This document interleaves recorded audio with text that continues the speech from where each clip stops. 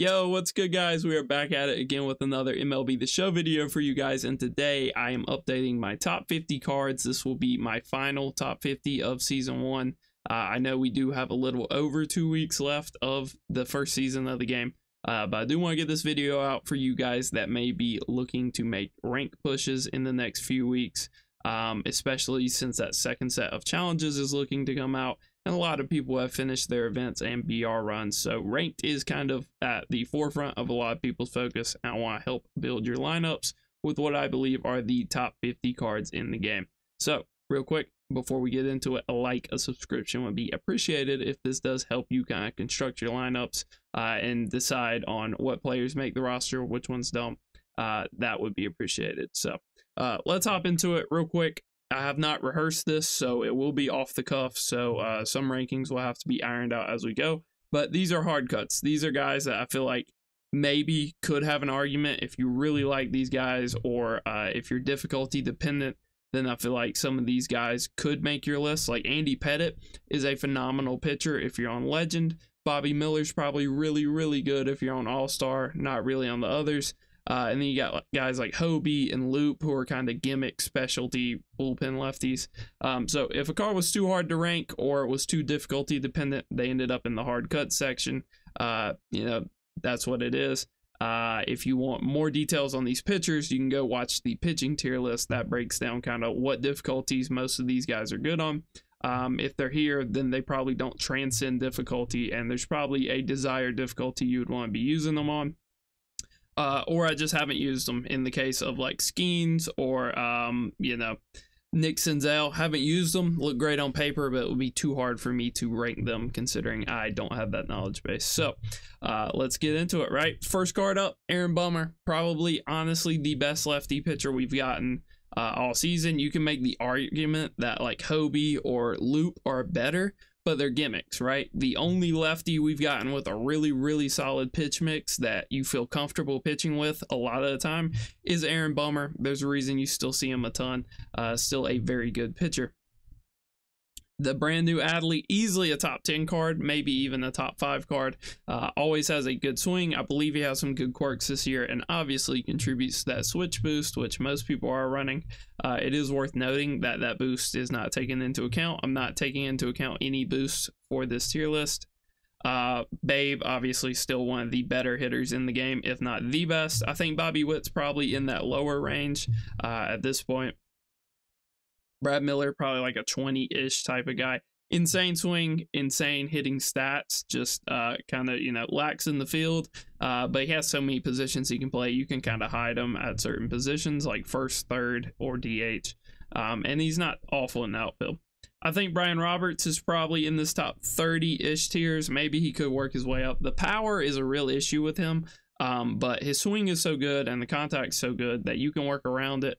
But you know, to be in that top echelon of cards, got really like your swing, or the stats have to be immaculate. Brooks Lee, basically the same as Brian Roberts in my eyes. His best position probably is going to be second base. That's probably where he's going to give you the most value.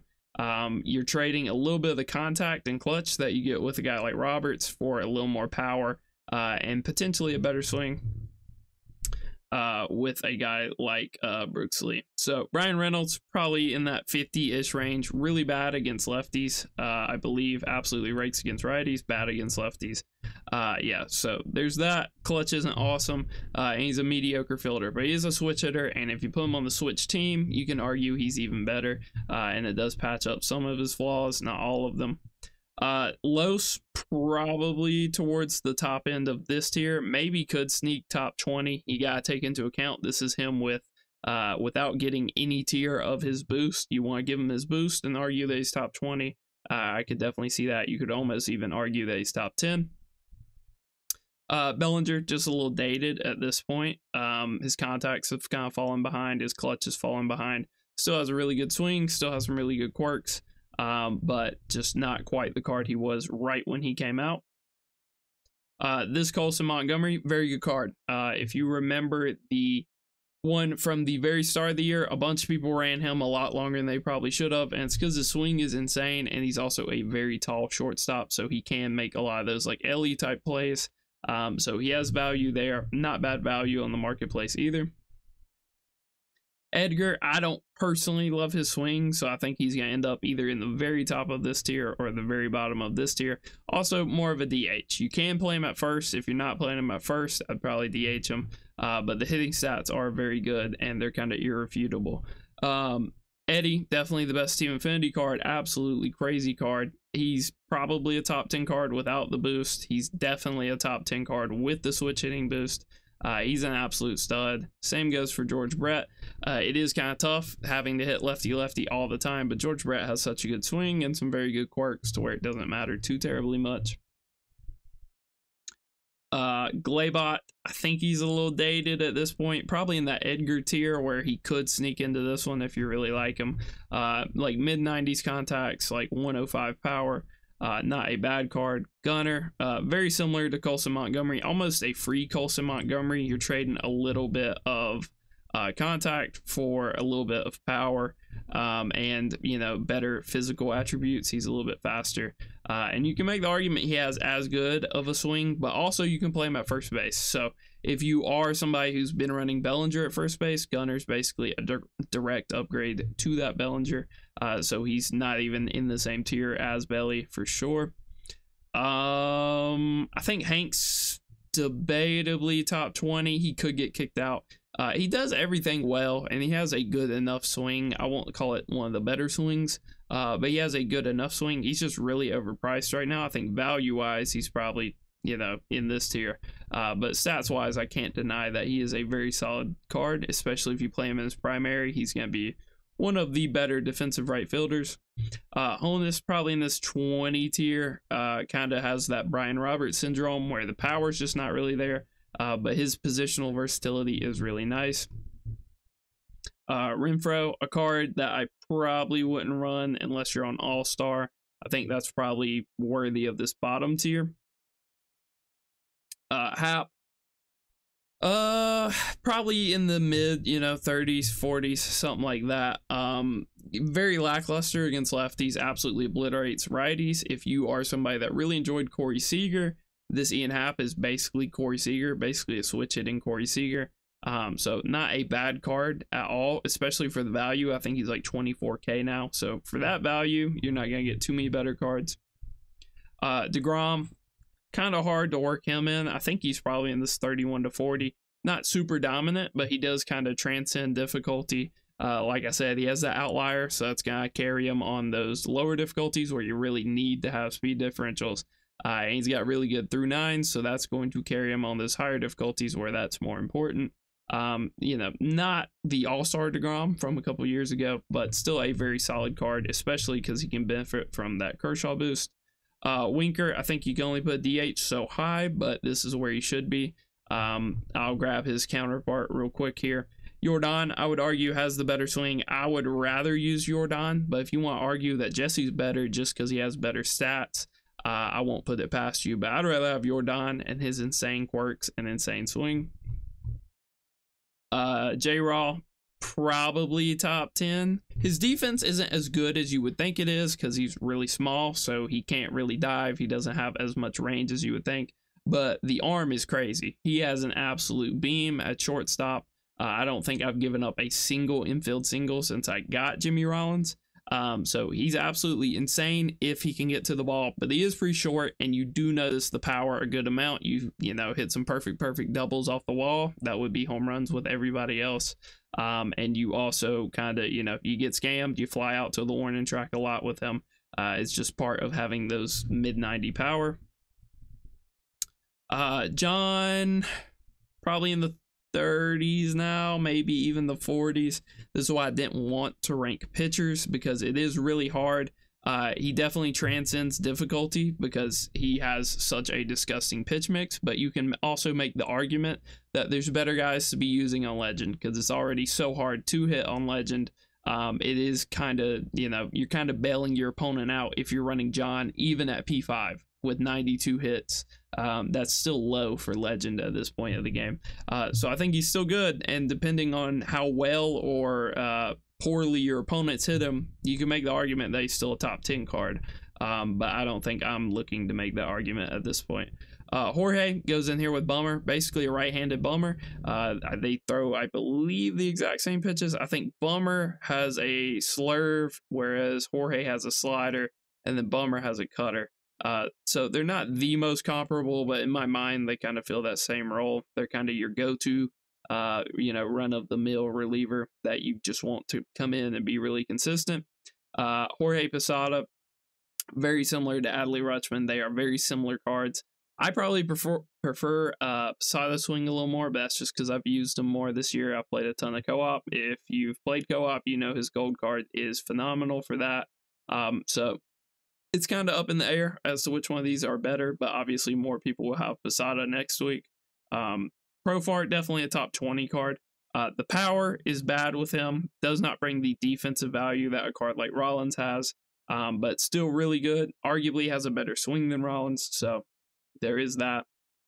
Kerry Wood, basically DeGrom, has that pitch mix that transcends difficulty. He has that cutter and that slur for those higher difficulties, and he still has that outlier fastball and that pretty slow changeup for those lower difficulties. So still a very good option, but not really a dominant starter. Ketel, easily top 10. Very similar to Eduardo Escobar. I think Eddie's a little bit faster than him. You can make the argument that Ketel has a better swing. Ketel definitely has better quirks because he's a better IRL player at the moment. Very similar cards. Ketel's, can play the outfield. So there's decent value there. I will kind of focus more on like the rankings within the tiers as we kind of block out these tiers a little more. I think I want to put Larry top 10. It is really hard batting lefty-lefty with him. I do not enjoy batting lefty-lefty with Larry Walker. But, it's a necessary evil because he is such a good card that he is worth running. Rengifo, I think he's top 20. Could slip. It just kind of depends on who else is competing. Carpenter, basically Brad Miller, has to go wherever Brad Miller goes. In my eyes, they're almost the same card. Mike Cameron probably fills out this tier. Still good value, just not insane. The hitting is a little bit behind the curve at this point, but still one of the better defensive center fielders in the game. And center field is a very hard spot to fill at the moment. Mookie, easily a top 10 card, without a debate. He's probably the second best card on this list. Casty, I don't think he's top 20 anymore. He's probably like a top 30 card. Still very good if you want to run him, but there's better options. Like I mentioned in the hitter video, Chris Bryant's basically a direct upgrade to Castellanos. So not really in the tier with him. Nico, still really good. Basically if Mike Cameron was a switch hitter and hit lefties even better, his name would be Nico Goodrum. So in my eyes, second best pure center fielder behind Willie Mays, who we haven't ranked yet, is probably Nico Goodrum. He's probably still number 2, even without being on the switch team. Nolan Jones, as much as I would love to put him top 20, I don't think I can. I think he's in this 30s range, which is a great spot to be for a card that is, he is 5,000. He is probably the best value card on this entire list. If you are running a budget squad, if you feel like you're behind the meta, Nolan Jones should be on your card, or should be a card on your team. Ozzy, I think he's slightly better than Hap, so I think he's a direct upgrade to Hap. Is he worth the price difference? Probably not. I believe he's still, so he's still 80,000, 100,000 if you want to buy him right now. So for a slight upgrade to Hap, probably not. Really, all you're getting is you are significantly worse against righties, but you're getting that clutch, and you're trading that out for arguably a better swing with some better quirks. So not a bad card, but is he worth the stubs? Probably not.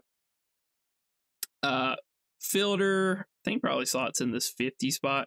He's fine. He has a lot of good quirks. He's basically Ortiz if Ortiz has a little more power. Still going to struggle mightily, lefty-lefty. So that's worth mentioning. Randy, I feel like he kind of goes about where John is, if not lower. Randy kind of is suffering from the same thing that John's suffering from. Still a very good pitch mix, still translates well to where he is one of your better options on All-Star.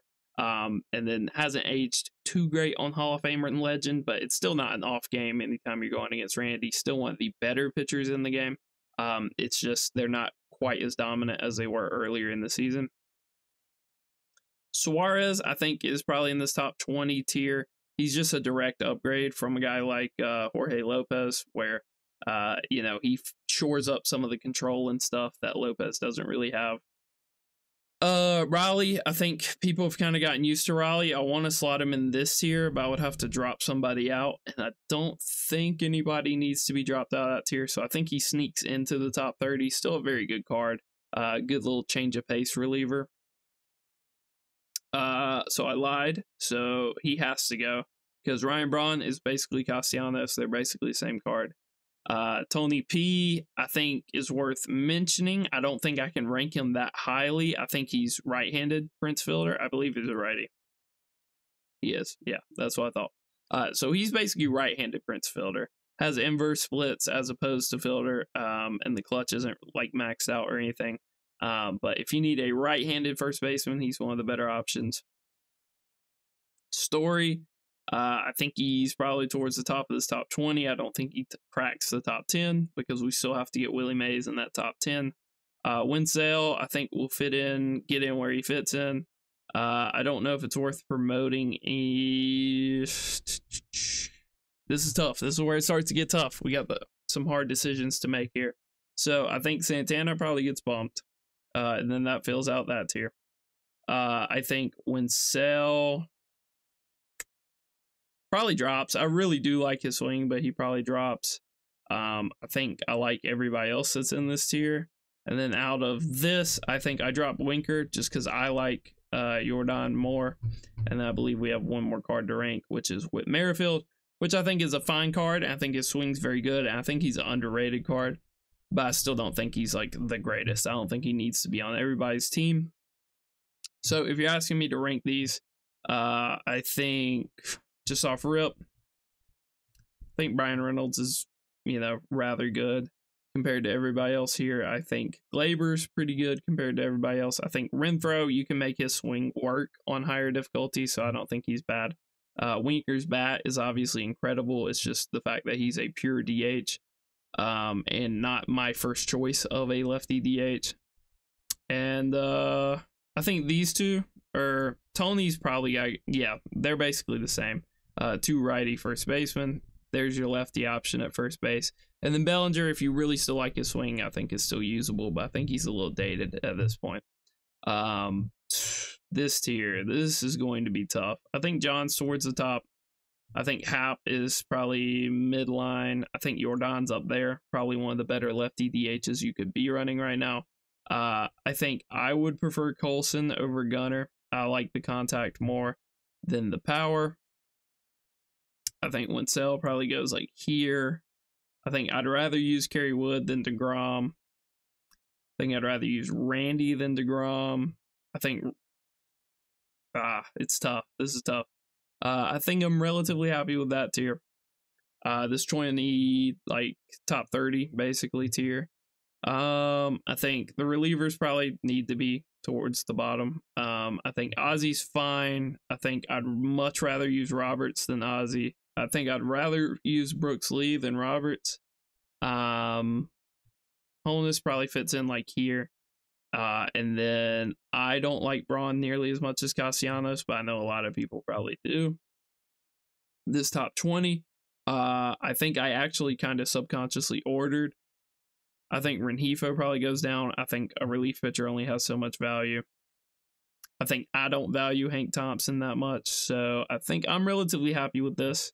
And then we have our top 10, right, which everybody's kind of been waiting for. I think Willie is not the worst player here. I think it's Larry Walker, just because hitting lefty-lefty with him is misery. I think I'd rather have Posada, just personally, but I do acknowledge that some people will think Adley has a better swing.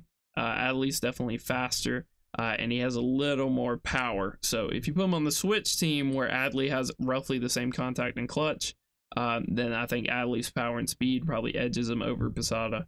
But in general, I like that. I think I can't put Ketel in front of Eddie because I haven't used Ketel, but from everything I've heard and how Ketel has been in the past, he's probably better. I think Brett kind of has that Larry Walker syndrome, except his swing's a lot better. So you know you're gonna have to hit lefty lefty with him a lot, and the power's not exactly in the best spot. And then Rollins is still very good, not necessarily the card he was at the start of the season, but still very good. So real quick, we'll go over the hard cuts also. So Loup, gimmick reliever, I think can still be really good. I'm not saying he can't be good, but you know, he's a gimmick guy. He's there because of the weird arm slot. Pettit, you know, a legend pitcher, not really Hall of Fame or All-Star. Bobby Miller, I think, is close, honestly. Like, I would have more success with Bobby Miller than a guy like DeGrom. But personally, I wouldn't know because I haven't really used him like that. Nimmo's fine. It sucks that he can't hit lefties, I believe, is his problem, if I remember right from the outfielders. So, can hit lefties, can't hit righties, but he will have that platoon advantage. So, that kind of balances that out a little bit. But also just not super fast, doesn't do a ton of stuff as an outfielder, not a great defensive outfielder.